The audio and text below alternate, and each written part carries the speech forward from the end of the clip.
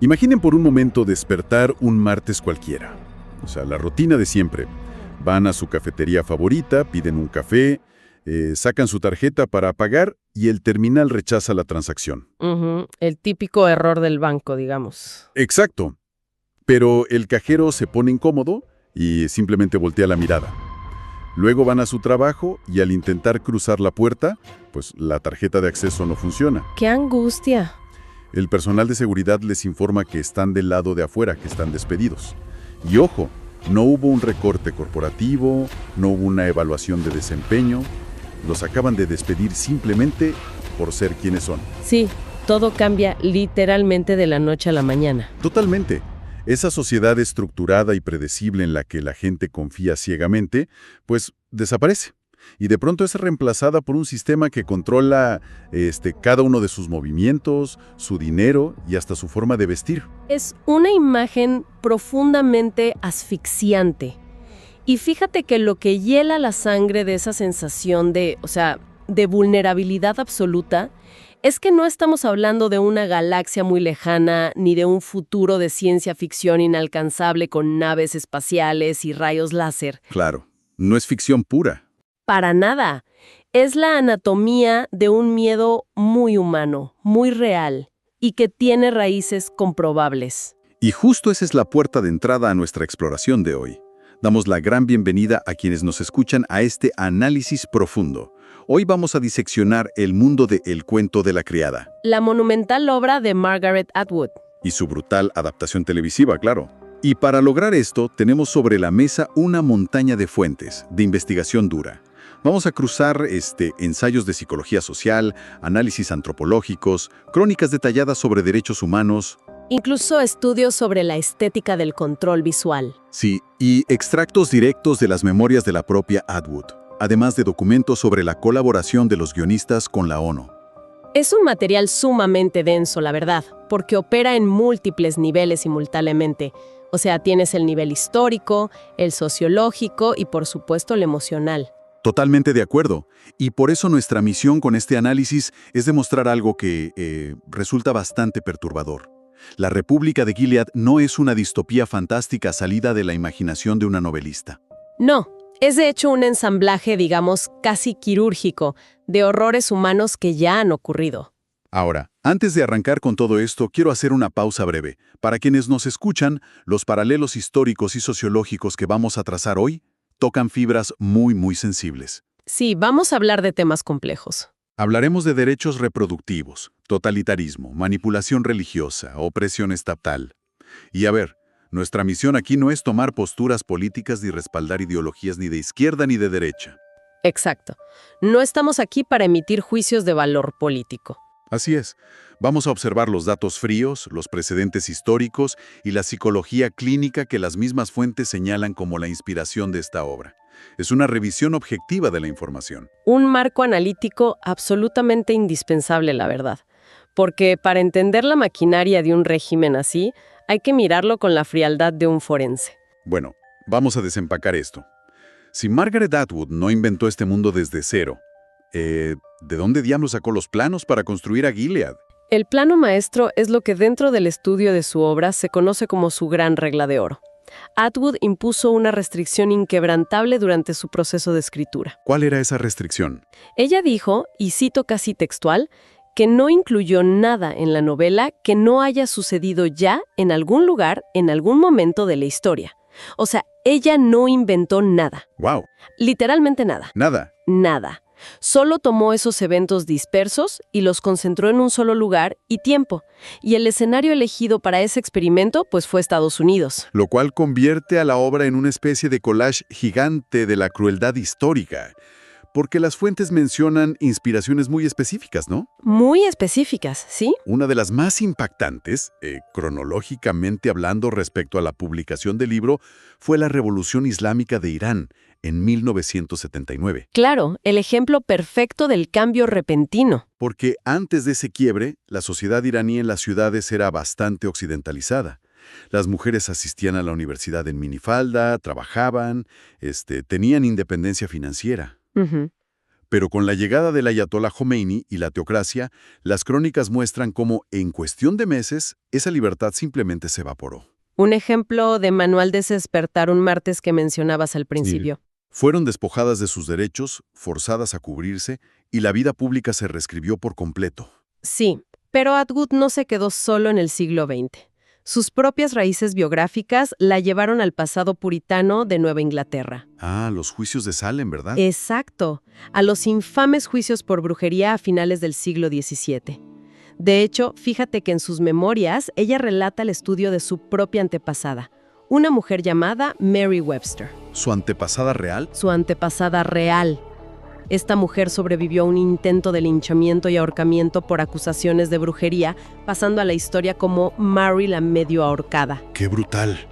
Y esa persecución estructural, que estaba enfocada específicamente en castigar a las mujeres que desafiaban o, bueno, que simplemente no encajaban en las normas impuestas por los hombres, esa es la piedra fundacional sobre la que se erige Gilead. A ver, entiendo la conexión, pero me cuesta un poco creer que la mecánica de un pueblo puritano de hace siglos sea aplicable al mundo contemporáneo. ¿En qué sentido? O sea, una cosa es una aldea aislada sin educación o un país atravesando una revolución armada y violenta en los 70s. Pero, ¿cómo es posible que una democracia moderna, con instituciones sólidas, acceso a la información y contrapesos constitucionales, simplemente ceda ante un retroceso tan monstruoso? Entiendo perfecto tu duda. La gente no se levanta un domingo a votar para cancelar sus propias libertades civiles, o sea, no tiene sentido. Tienes un punto crucial ahí.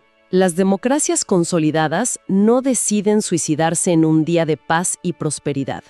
Eso no pasa. Entonces, ¿cómo pasa? Las sociedades caminan hacia el abismo empujadas por un catalizador excepcionalmente poderoso, que es el pánico. El pánico generalizado. Exactamente. En el universo de Gilead, el contexto previo a la dictadura es de una crisis existencial paralizante.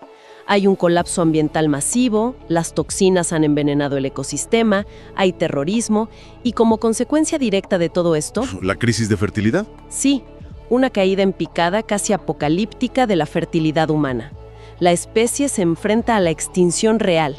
Es en ese clima de histeria absoluta donde el miedo permite que un régimen justifique suspender las garantías. Claro. Te venden la idea de que es una medida de emergencia, ¿no? Dicen algo como, suspendemos sus derechos bancarios o su movilidad por su propia seguridad, solo hasta que resolvamos la crisis. Tal cual. O sea, no te quitan la libertad de golpe, te la compran a cambio de la promesa de supervivencia. Ese es exactamente el mecanismo. Y las investigaciones en psicología social que revisamos lo documentan a fondo a través del fenómeno de la habituación. Habituación. Sí, los seres humanos poseen una flexibilidad cognitiva aterradora para adaptarse a las restricciones, siempre y cuando éstas no se impongan de un solo golpe. Se tienen que dosificar gradualmente. Es fascinante porque me recuerda muchísimo a lo que en urbanismo se conoce como la arquitectura hostil. A ver, cuéntame de eso. Pues las ciudades no prohíben explícitamente a las personas estar en el espacio público de un día para otro. Simplemente empiezan a poner picos de metal en los bordes de las ventanas. Claro. Luego cambian los bancos cómodos del parque por unas sillas individuales inclinadas donde no te puedes acostar.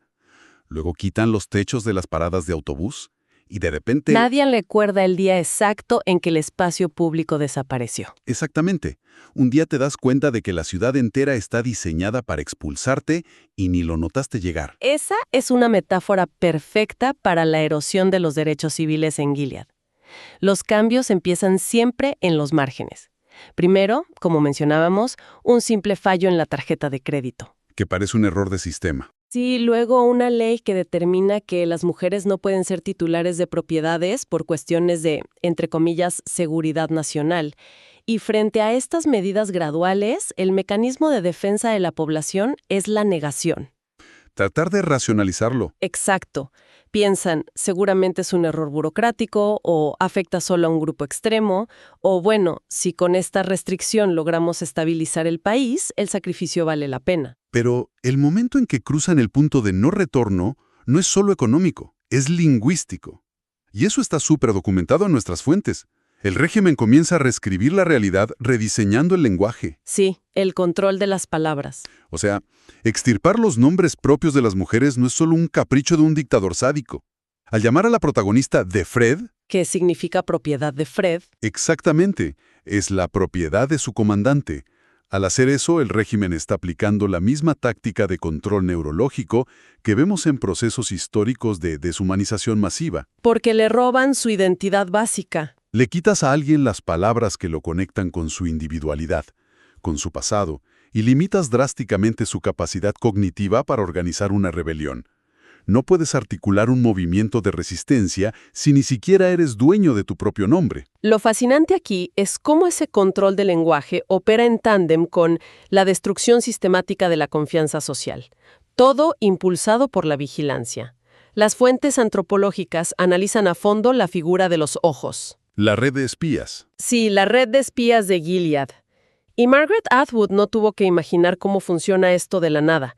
Ella vivió en Berlín Occidental en 1984, con el muro dividiendo la ciudad, y estudió de cerca las tácticas de la Stasi.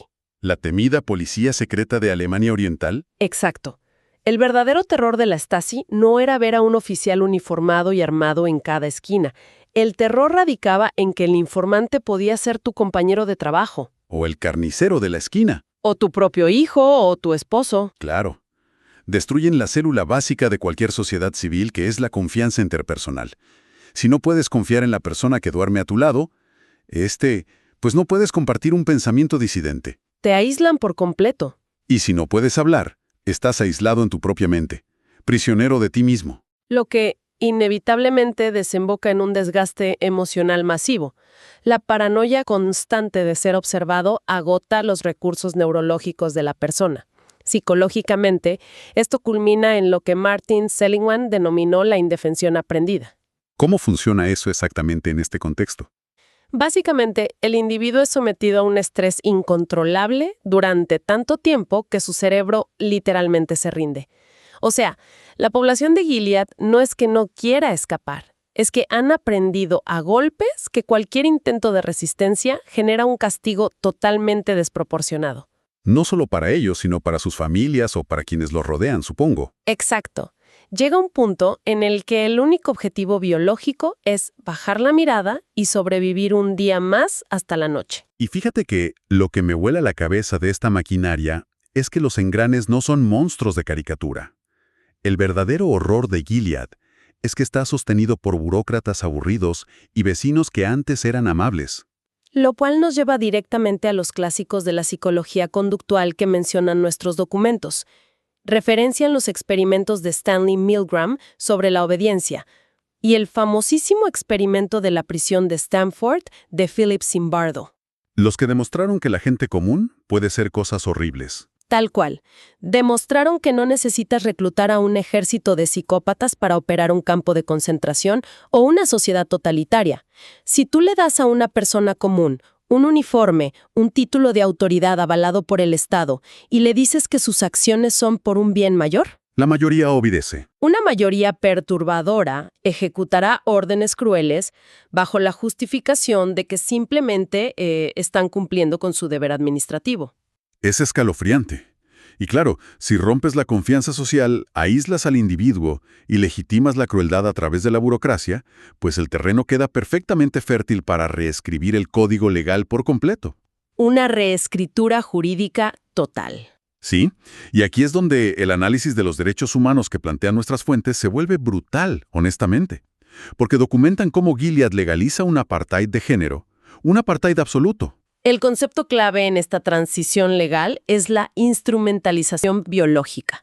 O sea, utilizando la excusa del desplome en las tasas de natalidad, tiran la Constitución a la basura y la mujer fértil sufre una mutación jurídica. Deja de ser un ser humano. Deja de ser considerada un sujeto de derecho para ser catalogada literalmente como un recurso extractivo del Estado. Un bien nacional. La expropiación total del cuerpo humano. Increíble. Y nuevamente, esto no es invención de la autora. Las crónicas históricas señalan un precedente que me dejó completamente helado por su crudeza burocrática. ¿Te refieres a Rumania? Sí, la Rumania comunista del dictador Nicolae Ceausescu. El infame decreto 770, claro, del año 1967. Exacto. Ceausescu decidió que la población de Rumania debía aumentar drásticamente para potenciar la fuerza laboral del país, y no se limitó a poner carteles de propaganda motivacional. El aborto de tajo. Sí, pero el nivel de escrutinio iba muchísimo más allá. A ver, las mujeres trabajadoras eran sometidas a exámenes ginecológicos mensuales en sus propios lugares de trabajo, obligatorios, ¿Qué nivel de invasión? por médicos del Estado, solo para detectar embarazos y asegurar que llegaran a término. Y si no tenías hijos, te cobraban unos impuestos punitivos altísimos. Trataron la capacidad reproductiva como si fuera una cuota de producción de acero en una fábrica estatal. Literal. Y el costo humano fue, bueno, devastador. Miles de mujeres murieron en intervenciones clandestinas. En Gilead, esta violencia estructural toma esa base y la eleva a unos niveles perturbadores al integrarla con fanatismo religioso. A través de ese evento mensual aterrador. Aquí es donde se pone realmente interesante, porque todo converge en la ceremonia. La ceremonia es, mirándolo desde la perspectiva de los derechos humanos internacionales, el núcleo de la violencia estructural del régimen. Las criadas son forzadas a participar en un acto donde el comandante de la casa las viola. Mientras la esposa la sujeta de las manos. Sí. Sin embargo, dentro de esa arquitectura legal enferma de Gilead, esto no está tipificado como una agresión. Está codificado y celebrado como un ritual sagrado de salvación, que es indispensable para evitar la extinción. Usan un barniz teológico para lavar la cara de una atrocidad absoluta. Y para colmo, modifican convenientemente la historia del Antiguo Testamento. El pasaje del Génesis, claro. Sí, específicamente donde Raquel, que es incapaz de concebir con Jacob, le ofrece a su sierva Bila para que geste en su lugar. El Estado de Gilead toma un texto de hace milenios y lo convierte en jurisprudencia moderna. Es una manipulación perversa de la fe. Lo que la ONU y el derecho internacional hoy en día clasificarían sin titubear como esclavitud sexual sistemática, este régimen lo empaqueta y lo vende como un mandato divino que nadie puede cuestionar. Esa es la función del extremismo religioso en esta dictadura. No te ofrece consuelo espiritual, opera directamente como un código penal. Y es un código implacable. Totalmente. Y mira, este control de la biología viene acompañado de la supresión del intelecto. La privación de libertades alcanza, digamos, el grado 0, cuando se penaliza el acceso al conocimiento. A las mujeres no solo se les prohíbe tener propiedades, se les prohíbe algo más básico. Leer y escribir. Exacto. Y las fuentes son súper específicas en el castigo, que es la amputación de dedos o manos. O sea, si te sorprenden leyendo una revista vieja o un libro, sufres una mutilación física directa. Es la destrucción literal de la capacidad anatómica de educarse y comunicarse. Pero, a ver, esto me hizo pensar mientras leía las notas. Esto plantea un problema logístico masivo para cualquier gobierno dictatorial, ¿no? Si le mutilas las manos a tu población por intentar leer, y además quemas o eliminas todos los textos escritos públicos. Te quedas sin cómo dar instrucciones. Exacto. ¿Cómo demonios comunicas las reglas de la sociedad? El supermercado, las señales de tránsito, todo. Tienes que rediseñar el mundo de forma puramente visual. Lo que nos abre la puerta a la estética de la opresión. La diseñadora de vestuario de la serie de televisión Anne Crabtree se enfrentó a ese exacto dilema logístico y logró algo magistral basándose en teorías psicológicas. Las fuentes mencionan a Goethe, ¿verdad? Específicamente la teoría del color de Johann Wolfgang von Goethe. Y creo que es súper crucial entender que, a diferencia de Newton que veía la luz y la refracción, Goethe no abordaba el color como un simple fenómeno óptico. No, para nada. Él estudió el color como un condicionante psicológico y emocional puro. ¿Cómo te hace sentir un color? Exactamente. En Gilead, el color no decora, el color gobierna. Las criadas visten de un rojo escarlata vibrante, pesadísimo. Y según los preceptos de Goethe, este rojo opera como un gatillo emocional implacable en el cerebro. ¿Qué asocia el cerebro con ese rojo? Inconscientemente el cerebro lo asocia de inmediato con la sangre menstrual, con el parto y la fertilidad biológica, que al final es la única utilidad que el Estado les otorga a estas mujeres. Pero tiene una doble función, ¿no? Sí, simultáneamente. Ese rojo funciona como una alarma visual de máximo peligro. El rojo las convierte en un semáforo humano andante. Las hace hipervisibles contra el paisaje urbano gris y apagado de la ciudad.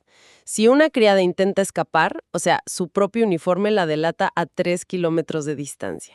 Queda marcada. Y esto es en contraste total con las esposas de los comandantes. Ellas, que pertenecen a la élite, pero al final no dejan de ser propiedad del Estado, visten un azul sereno, un azul gélido. Que está culturalmente codificado. Claro, durante siglos ha sido codificado con la pureza y la pasividad de la Virgen María. Y a mí me resulta asombroso cómo este diseño ha trascendido la pantalla de la ficción. Ha permeado la cultura real. Sí, o sea, las capas rojas y las cofias blancas que les restringen la visión periférica han saltado de los sets de filmación a las calles reales. Hoy en día todos hemos visto a mujeres usando este atuendo en manifestaciones frente a cortes supremas y parlamentos de todo el mundo. Es un fenómeno sociológico interesantísimo. El diseño visual, que fue pensado en la historia para la sumisión absoluta, de pronto fue hackeado por la cultura popular para convertirse en el gran símbolo global de la resistencia reproductiva. El arte impactando directamente la política de la vida real. Y esa genialidad estética también se extiende a la geografía del terror que la autora concibió, porque los escenarios donde ocurre toda esta opresión no fueron elegidos al azar solo para verse bonitos o imponentes. Definitivamente no. Es una brutalidad poética lo que hizo Atwood, que lo explica muy bien en sus memorias. Puso a Gilead en Harvard. Así es. Ella decidió situar el epicentro de la represión de este régimen directamente sobre las instalaciones de la Universidad de Harvard. Tomó el símbolo supremo del intelecto, de la libertad de pensamiento y la excelencia académica del continente americano y lo profanó por completo. La imponente biblioteca Widener, que es un santuario mundial de libros, es transformada en el cuartel general de los ojos. Es donde espían y planifican torturas. ¿Y la tienda de la universidad? Sí, la mítica tienda, que era un lugar de intercambio de ideas jóvenes, es ahora Pergaminos Espirituales, un comercio totalmente vacío de intelecto, donde unas máquinas imprimen oraciones prefabricadas que nadie lee. Es que profanar los símbolos del antiguo mundo es una táctica clásica de manual para quebrar la moral de los sobrevivientes. Dices, mira lo que convertimos tu templo. Y bueno, para acompañar esa desolación visual, el equipo de sonido de la adaptación estructuró un paisaje acústico sumamente opresivo. El diseño sonoro es casi un personaje más. Sí, si observas los episodios, el ambiente está saturado de elementos que generan una ansiedad de bajo nivel, pero constante. Tienes el tic-tac incesante de relojes antiguos. Que actúan como un recordatorio constante del reloj biológico expirando, de que se acaba el tiempo. Exactamente. La lluvia constante, el eco de alarmas de patrullas a lo lejos. Pero en medio de esa prisión sonora infernal, destaca el recurso más poderoso de todos. La voz en off de June. Sí, que funciona casi como un tanque de oxígeno para nosotros, la audiencia, en medio de tanta asfixia. Si no fuera por esa voz, sería insoportable. Y si conectamos esto con el panorama general, cobra mucho más sentido. Porque cuando el espacio público está completamente censurado y militarizado, cuando el vocabulario está tan brutalmente reducido que, digamos, un saludo obligatorio como «bendito sea el fruto» reemplaza cualquier interacción humana real. Ya no puedes ni decir hola, ¿cómo estás? Exacto. Entonces la mente se consagra como la última y más sagrada frontera de la libertad. Esa voz en off no es sobre un recurso narrativo para contarnos qué está pasando. Es un acto de rebeldía. Es un acto de rebeldía política pura. Es el único espacio donde el régimen no tiene jurisdicción. Hablarse a sí misma, recordar su verdadero nombre en su mente, es la herramienta psicológica que le permite aferrarse a su humanidad cuando todo en el exterior intenta convertirla en un objeto inanimado. Es como escuchar, no sé, las grabaciones clandestinas de una prisionera de guerra enviadas al futuro, esperando que alguien las encuentre. Es un testimonio de sobrevivencia. Y de hecho, para lograr que toda esta experiencia de encierro, de escape y trauma se sintiera visceralmente real y no como una película de acción de Hollywood donde el héroe huye sin despeinarse, las crónicas de producción revelan algo increíble. La colaboración con la ONU, ¿verdad? Sí. Los creadores colaboraron con expertos impensables para una serie de televisión de ficción, analistas de la Organización de las Naciones Unidas. Claro, fueron directamente a la fuente del trauma moderno, porque los guionistas no querían simplemente adivinar cómo reacciona un ser humano al colapso de su país. Querían los detalles reales. Se sentaron con abogados de tribunales internacionales y especialistas en derechos humanos que, fíjate, acababan de regresar de zonas de conflicto activo, específicamente de Alepo, en Siria. Querían entender la logística de la desesperación paso a paso. Y vaya que se nota. Por eso cuando vemos a los personajes intentar cruzar la frontera hacia Canadá de noche o su llegada a los campamentos de refugiados en Toronto, no hay ningún heroísmo plástico. Todo es frío y calculado. Hay pura burocracia fría, salas de espera horribles iluminadas con luces fluorescentes, cuestionarios que no terminan nunca, ropa térmica donada. La serie transmite el trauma genuino. La culpa del sobreviviente, que es fuertísima. Y esa profunda confusión de quienes lo han perdido absolutamente todo, de un día para otro. Siento que nos obligan a mirar a los refugiados de la vida real, ya no como una estadística lejana en un noticiero, sino como personas que hasta hace un martes cualquiera, pues tenían vidas igualitas a las nuestras. Iban a su trabajo, tomaban café.